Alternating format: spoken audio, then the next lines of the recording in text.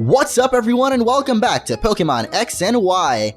Last time we defeated the Santaloon City Gym and I actually did a few things off screen that I want to show you guys. Mainly caught a bunch of new Pokemon that I kind of want to show off because some of them have sort of different typings and basically some of them are completely new Pokemon. So let's go ahead and go into our box here. As you see, we've got a bunch of Pokemon that I actually went ahead and caught between the last few routes. So of course we still have Otto the Chespin, and of course Torchic the Torchic, who I'm gonna just nickname Gus because we can't really give it a real nickname, so I'm just gonna call it Gus the Torchic. So those are our two teammates. Actually, Torchic grew to level 15 because of everything I caught. Now that you get EXP from catching Pokemon, basically he grew a ton of levels, or well, just one level. But Otto the Chespin also grew a level, I'm pretty sure, and learned Leech Seed, which I taught him instead of Tackle because we've already got Bite, which is stronger than Tackle, even though it's a dark type move. But let's go through some of the Pokemon that I caught here. First off is Fledgling, a normal and flying type. I already talked a little bit about him and how he evolves into a fire and flying bird in his second and third stage. Then there is Not Good the Burmy. He's randomly in the route right before this town. I really don't like Burmy, but there he is. He just kind of dangles. He's really weird looking in this game, but there he is. I also caught a Pikachu in Santaloon Forest. You can find those there, and he does his nice little Pikachu cry. Bidoof is also in the route right before Santaloon City if you want to catch that. Also, Dunsparce, apparently super rare, but I did find one in the route right before this city as well. Yegdip or Pidgey. I wanted to name him Yegdip, but I kind of forgot. It's also a girl. I think our Yegdip from Sacred Gold was a girl, but yeah, Pidgey is also in the route before this one. And I'm pretty sure he was in the first route as well. Yeah, we already saw Scatterbug from the forest, or the route right before it. But Azurill, as I mentioned, is now a half fairy type, a normal fairy type for Azurill, and then for Marill and Azumarill, I think is the last one, they are water fairy. Then, of course, we've got Bunnelby, the normal type rabbit, and finally, Nala, the little Leo. I caught a female little Leo. I'll probably evolve it eventually, but this is a new Pokemon as well, fire and normal type, which we saw at the end of last episode, I'm pretty sure. So that's everything I caught. I just, every once in a while, want to do these little recaps of everything that I catch off screen, just so you guys get an idea of what it is that you can get in this game. So, let's continue with our X and Y adventures now. As the gym leader Viola mentioned, we can now head on over to Lumiose City, I believe, or at least to the north, where we are supposed to meet up with Professor Sycamore. So let's talk to her sister here. Yes, I'm looking for Augustine Sycamore. Now that we've got the bug badge to meet Viola at your young age. You really are something, aren't you? Sorry, I never did introduce myself. I'm Alexa. So there we go. We finally reveal her name. Now we know your name. Now we gotta ask for your number. That's all that's left, right? Yeah? Wanna go on a date, girl? No? Okay. I guess we're a little bit young for her, but she is going to give us the EXP share, because she's just sharing all of her experience with us, because you know she's an older lady. She's an older woman, not an old lady. That's kind of mean. But yeah, she's an older woman. She's sharing her experience with us and teaching us how to level up our Pokemon with items. And there she goes. She's off to her own adventures, but now we've made it to Route 4, called Parterre Way. Honestly, I have no idea what any of these names mean because they're all in French, and I'm not going to discuss anymore how bad I am at French because I thought it was really similar to Spanish. It's actually not super similar, so I don't know. I don't know what a lot of these words mean, like parterre. I don't know what parterre means, or parterre, or how to even say it, actually. I wonder if there's, never mind. I just answered my own question. I was about to say, I wonder if there's hidden items in this game, but of course they are back in Pokemon X and Y. We're probably going to end up getting a dowsing machine eventually, but there we picked up some honey, so we'll actually be able to show off how honey is used in this game later on. I'm pretty sure in these flowers you can actually run into wild Pokemon as well. Flabebe is most definitely in there, Flabebe being the fairy type, little flower fairy thingy. I don't know why it's not grass and fairy, it's pure fairy, but we'll probably run into one eventually. Wow, this guy's got, talking about Corphish here. He's probably gonna have a Corphish, actually. Oh, you are scary looking, man. He's got like a... Alright, Gardner Wheaton. He actually had that... I thought that was a chainsaw for a second. I have no idea what it actually was, but it looked like a chainsaw to me. Looking back at it, I don't really think it is a chainsaw, but... yeah, we're gonna go ahead and take him out and then probably have a little look and see what kind of Pokemon there are in this route. Maybe catch one or two. And yeah, I did buy some items off screen as well. I bought some potions, some Pokeballs, and some repels. And actually the EXP share turned on by default. I guess I might as well keep it on all the time, just because in this game, if you guys don't know, I guess I'll do a little bit of an explanation. But the EXP share works differently from the way it does in previous generations, where actually it works kind of like it did in the first one. It's more like the EXP all from the first generation, where basically, you know what, let's halt this for a second and watch the marvelous evolution of Torchic, as I didn't even realize, but he hit level 16.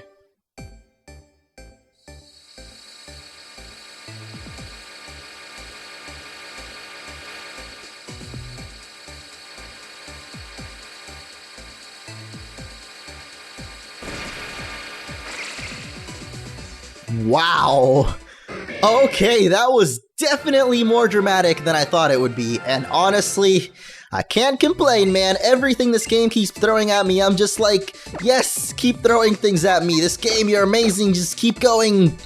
This is getting weird as I keep talking, but hey, we got a Combuskin now, and that was a really cool looking animation for evolution there. So yeah, our Torchic has evolved. So let's actually just go and see what Pokemon we run into here. Probably going to be a Flabébé, to be honest. It seems like that would be what you find. Ah, a Combi, or Combi. Combi or Combi? I don't know. Seems like there's a lot of honey stuff related around here. We found some honey on the ground. We found a gardener with some honey spraying stuff, and I'm actually see if he has it in his hand. So it looks like he does, but I don't know. I'm not 100% sure. Alright, anyway, the EXP share in this game works a lot more like the EXP All, where you activate it as a key item, which I can actually show off real quick. We're gonna go into our key items here. There's the EXP share, so you can actually just turn it off. There we go, the EXP share is turned off, and you can turn it back on. I'm just going to keep it on, because basically when it is on, your main Pokemon that is battling gets the most EXP, because obviously it's the one battling, but then the rest of that EXP is split amongst the rest of your team, rather than just being the one Pokemon that battled and the one with holding the EXP share. This time around, it's shared among all the other Pokemon. So here we actually run into Flabébé, which is the Pokemon I've been talking about for quite a while. And apparently Dark is not very effective against Fairy. I'm gonna have to get used to that. I sort of know what fairies are weak and not weak to and what they resist and stuff, but I'm not very good at it. The only thing I remember is that they are weak to poison and steel types, and they're immune to dragon attacks. But everything else I'm gonna have to learn, because it's a whole new type. It's gonna take a little bit to learn, and as you guys know, I'm literally playing this game just straight through. I'm gonna keep playing until I'm dead on the floor and can't handle life anymore. But yeah, hopefully by the end of this we'll learn or be able to remember everything that Fairy is weak and strong against. So there we go. We grabbed a Flabébé, which is kind of a bummer because now it's gonna leech a little bit of EXP with the EXP share, so I may actually just end up turning it off because I do not want a Flabébé for my team. I do have a Fairy type plan for the team, guys, so if you're hoping for me to get a Fairy type, then well, actually, I don't have one planned, but I do plan on using a Fairy type, just not Flabébé. Not really a big fan of it, honestly. I mean, maybe if it was Grass and Fairy, but it's just pure Fairy, so I don't know. Let me know what you guys think of Fairy types, though, down in the comments. Are you planning on using any Fairy types? Since it's kind of a new type, it's a pretty big deal, in my opinion. So, like, usually if a new type is introduced, this actually hasn't happened in a long time, but if a new type is introduced, it seems kind of like, not mandatory, but almost like a duty to actually use a new Pokemon, or a Pokemon of that new type, rather. But we're gonna go ahead and walk through this wonderful little hedge maze of flowers here. I guess, yeah, this whole thing is really a hedge maze, and there's also flowers in it. But yeah, it pretty much seems like you have to use a Fairy type because it's a new type. Like, why wouldn't you want to try out a completely new type? I guess that's how Steel type must have felt when 2nd Gen came out, but as I said, I was really young when that came out. Well, I did play 2nd Gen when it came out. I just wasn't very smart. I was like 4 years old, so I didn't really understand it very well. The first Pokemon games that I played, understanding the basic concept of the game, were actually Ruby and Sapphire, so yeah, I'm not that super new to the series, sorry, but I'm also not super old, like, I don't know, I'm only 18 now, so I guess it only makes sense that I wouldn't be that old to the series. Anyway, we've made it to the Pearl Fountain. Acceptance creates harmony.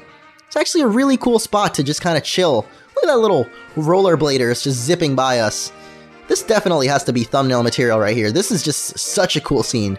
Anyway, we're gonna move on. We saw Lumio City in the background there. I'm pretty sure all of these... Oh, that was some cool music when you encounter the guy. It's like, wow!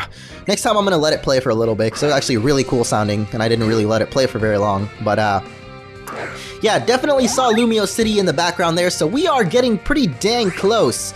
I just used Leech Seed on accident. This is the problem with having a non-strictly damaging move as your first one, because usually I'll just keep spamming A and end up using Leech Seed a lot, so I'm probably going to try to switch them out. I'm wondering if there's a way to do it from this menu here, because usually you can press select and switch them around, but I don't know if you can do it from this menu? No, I'm pressing select and nothing's happening, so yeah, probably not. I'll go do it probably between episodes, or I'll probably forget, to be honest, but yeah, this Pidgey's actually being a lot tougher than I expected. It's a Pidgey, like it shouldn't be this tough to take out, but he's taking some pointers from Yegdip, being an absolute boss and not letting us just take it out, so we're gonna go for the Vine Whip. I don't really know why, just style points. Go, Vine Whip! I know it's not very effective, but just getting some style points and using a variety of different moves, I guess. We gotta whip it into shape. We take it out with a whip to the face, or to the beak, I guess, because it's a bird. It's a bird, it's a plane, it's a Pidgey. Alright, so let's actually ride our own skates and catch up to this girl. That is actually really cool sounding. I just wanted to hear that little jingle when you encounter a rollerblader. Maybe that's just for all trainers, but it actually sounds really cool. So we'll find out if it's actually for all trainers or just for like roller skaters, but so far roller skaters have been a pretty cool typing, or trainer type. Is that a thing, trainer types? I don't know. There also seems to be a male and female counterpart for every trainer class. That's what they're called, trainer classes. So that's actually also really cool. We saw already preschoolers, male and female, except they're kind of just like little boy and little girl. And then of course the roller skaters now we've seen, the boy and the girl are right here. So the girl with little black ponytails, I think. I already forgot what they look like. Even though we're fighting one right now, I've already forgotten what she looks like, but we'll see it in a second here. Yep, there we go, her little black ponytails, and then the boy was just kind of like, hey, I'm a guy. But yeah, that's it for these two little trainers. This is actually where the demo of X and Y took place. I don't know if you guys saw my demo for the game that I did at PAX Prime, but this is actually the area where that took place. So let's see if it compares actually to the way that the demo was in any way. If it does, that means that Skitty is most likely found in this area. There definitely weren't any trainers in the demo though. Our rivals were kind of, what is... Are you holding a real Flabébé, or is that like a little doll? That is very creepy if it's real, man. Just holding on to a real Flabébé, that would be so weird. Could you imagine? Well, I guess people do that with like, I don't know. Do people like just, yeah, they just walk around with like dogs. Except Flabébé is like a fairy thingy, so it's pretty strange. I think it's very strange.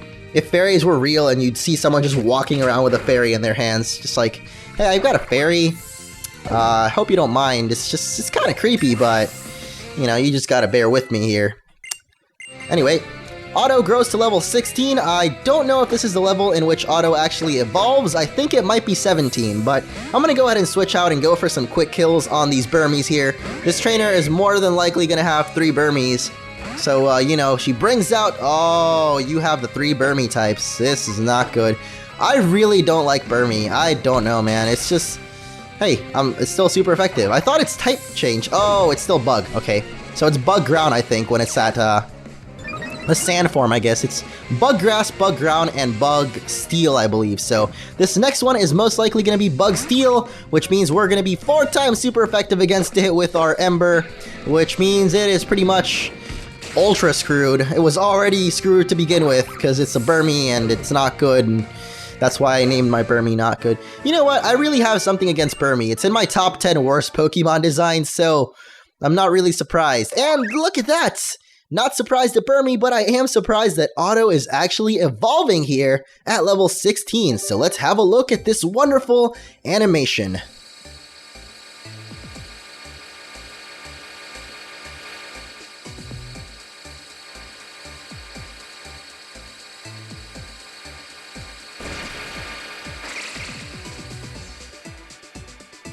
And voila! Our Otto has turned into Quilladin. Quilladin?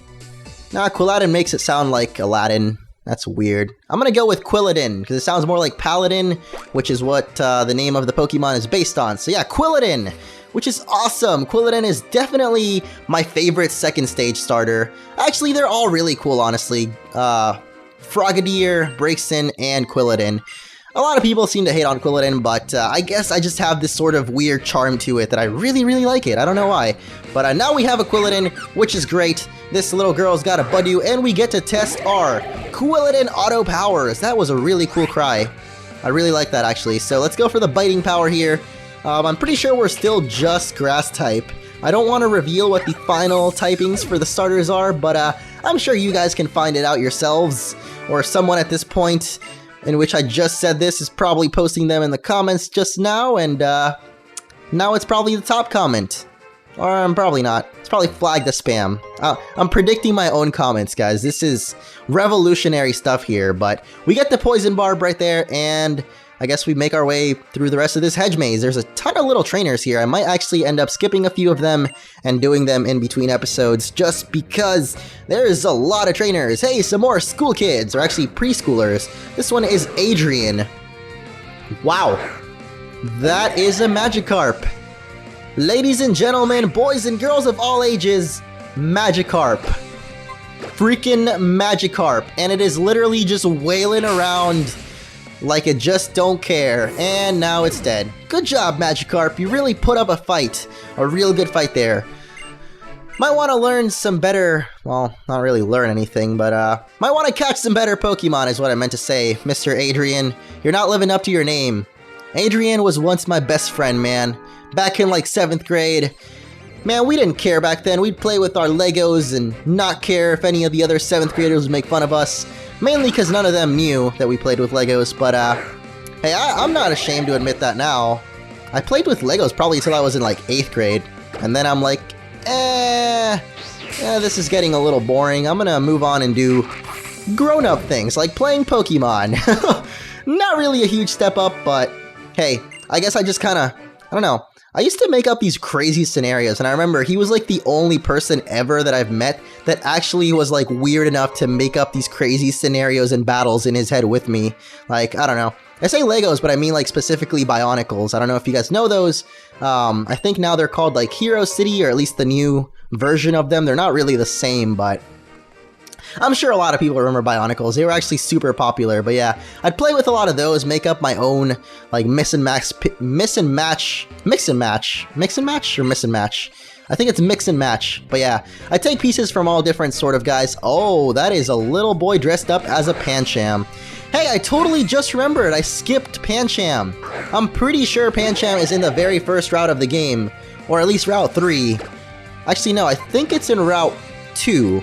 And I totally skipped out on it, and Pancham is awesome. I'm gonna go back and get one sometime soon. I don't know if we actually can get a Pancham in a later route, but I really hope so, because I wanted to use one and I totally skipped out on it. I don't know if I'm gonna add it to my team. Hey, Pika! I really like it whenever Pikachu comes out to battle, because you hear a nice little helpful, or just a cheerful Pika Pika! Aw, and then a sad one when it dies. Oh well. But yeah, I'm probably gonna go back and get a Pancham, because I want to at least have one on my team. It's really cool Pokemon, and I really like pandas, so the fact that there's a panda Pokemon other than Spinda, which I don't really consider a panda, because it's weird. This has got red spots, not black and white, like a real panda. Spinda is basically the cop-out panda, yeah.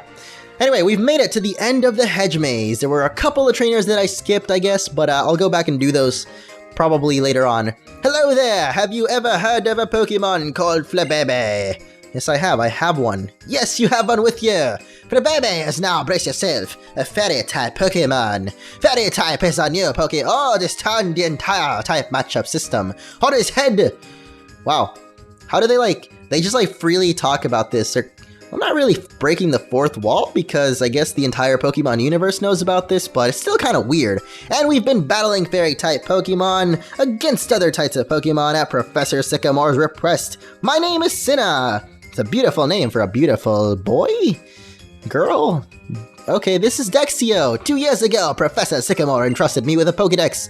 You could call me a Pokemon Voyage veteran. If you'd like, I'll show you the way to the lab, so come along now. Sure.